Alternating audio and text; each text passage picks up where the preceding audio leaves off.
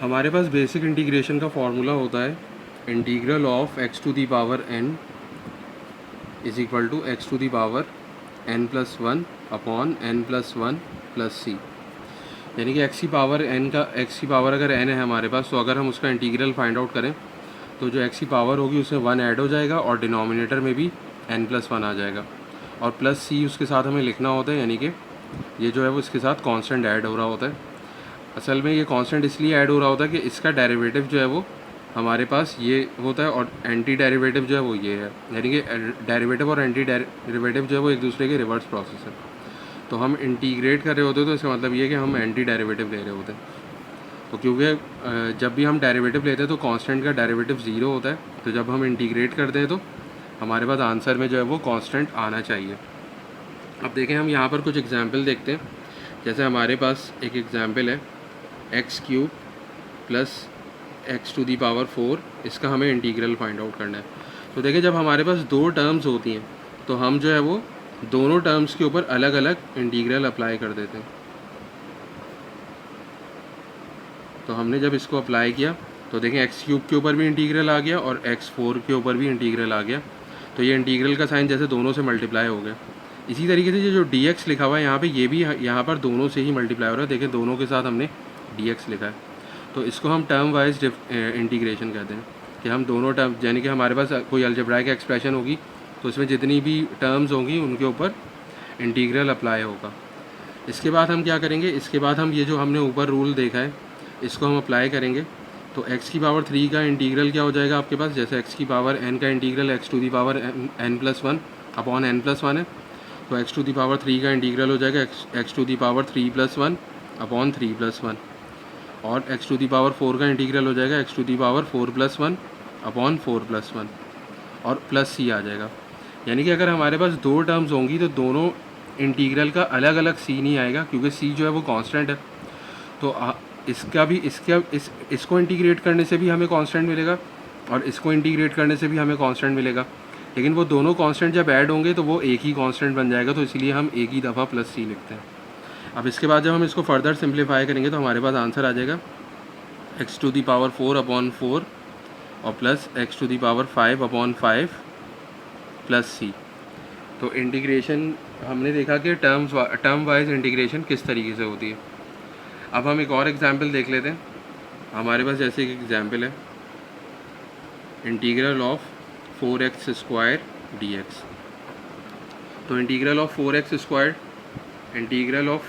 Square d x जो है वो क्या होगा, देखिए अब हमारे पास जो है वो जो हमारे पास फार्मूला है उसमें सिर्फ हमारे पास फार्मूले में जो है एक्स की पावर एन है। जैसे हमारे पास ये फार्मूला दिया हुआ था integral of x to the power n d x is equal to x to the power n plus one upon n plus one plus C. अब इस फार्मूले में देखें एक्स के साथ कोई कोफिशिएंट नहीं है, तो देखें हमारे पास यहाँ क्वेश्चन में जो है वो एक्स के साथ कोफिशिएंट लगा हुआ है। तो अगर हमारे पास एक्स के साथ कोई कोफिशिएंट लगा हुआ है तो हम सिंपली क्या करते हैं कि उसको इंटीग्रल के बाहर लिख देते हैं और हमारे पास ये हो जाएगा four times integral of x square. तो अब जो है हम इसके ऊपर ये फार्मूला अप्लाई करेंगे। तो हम जब ये फार्मूला अप्लाई करेंगे तो ये क्या हो जाएगा, एक्स स्क्वायर का इंटीग्रल लेना है यानी कि एक्स की पावर टू है तो पावर में वन ऐड हो जाएगा यानी कि टू प्लस वन हो जाएगा और डिनोमिनेटर में भी वही टू प्लस वन आ जाएगा और प्लस सी आ जाएगा आंसर। तो ये हो जाएगा आपका four times x cube upon three और प्लस सी। तो फिर ये हो जाएगा आपका four upon three x cube plus C, यानी कि integral of four x square d x आपका आंसर आपका क्या आ रहा है, four upon three x cube plus C. तो इसमें आपने क्या किया कि कोफिशिएंट जो है आपने उसको बाहर निकाल दिया और जो है वो इसके बाद जो है वो आपने उसको इंटीग्रेट कर दिया। अब आप इसके ऊपर आसानी से फार्मूला अप्लाई कर सकते हैं। अब इसके बाद जो है हम एक और एग्जांपल देख लेते हैं।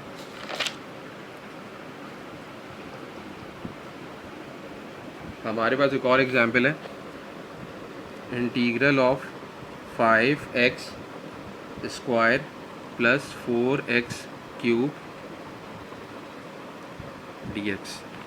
तो आप देखें यहाँ पे जो है हमें इसको इंटीग्रेट करना है। हमारे पास दो टर्म्स हैं तो हम क्या करेंगे कि दोनों टर्म्स के ऊपर हमारे पास अलग अलग इंटीग्रल अप्लाई हो जाएगा।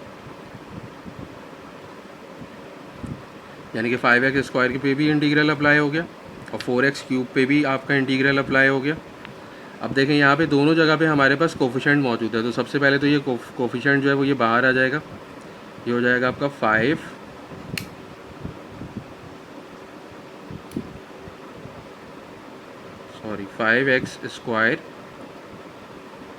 5 आपका बाहर आ गया और इंटीग्रल ऑफ x² आपने ले लिया। इसी तरह यहाँ से 4 आपका बाहर आ जाएगा, तो ये हो जाएगा 4 और इंटीग्रल ऑफ x³।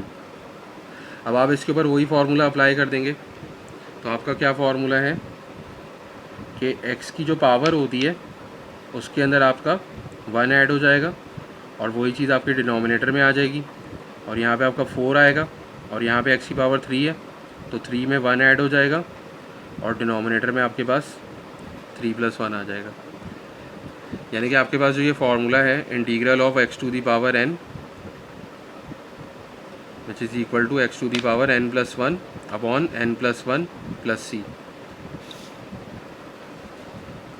तो ये फार्मूला आपने यहाँ पे अप्लाई कर दिया। तो हमारे पास देखें x² था, तो x² का इंटीग्रल क्या हो गया आपके पास, x⁴2+1 अपॉन 2+1, और यहाँ पे x³ है आपके पास, तो x³ का इंटीग्रल क्या हो गया, x⁴3+1 अपॉन 3+1।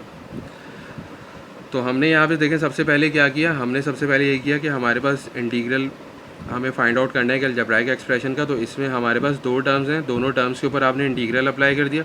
अब दोनों टर्म्स में इंटीग्रल अप्लाई करने के बाद आपने देखा कि आपके पास x का जो है वो कोफिशिएंट मौजूद है, तो उस कोफिशिएंट को आपने बाहर लिख दिया।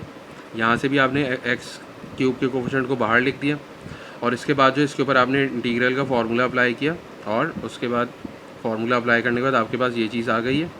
अब इसको हम फर्दर सिंप्लीफाई कर लेते हैं। तो ये हो जाएगा 5, x⁴2+1 होगी तो x³ हो जाएगा ये अपॉन 3, और इसी तरीके से 4 टाइम्स x⁴ अपॉन 4 और प्लस c। तो ये देखें यहाँ पे आपके पास इसको सिंप्लीफाई करने के बाद ये एक्सप्रेशन आ गई है, और ये 4 और ये 4 कैंसिल हो जाएगा। तो इसको फर्दर सिंप्लीफाई करके लिख लेते हैं।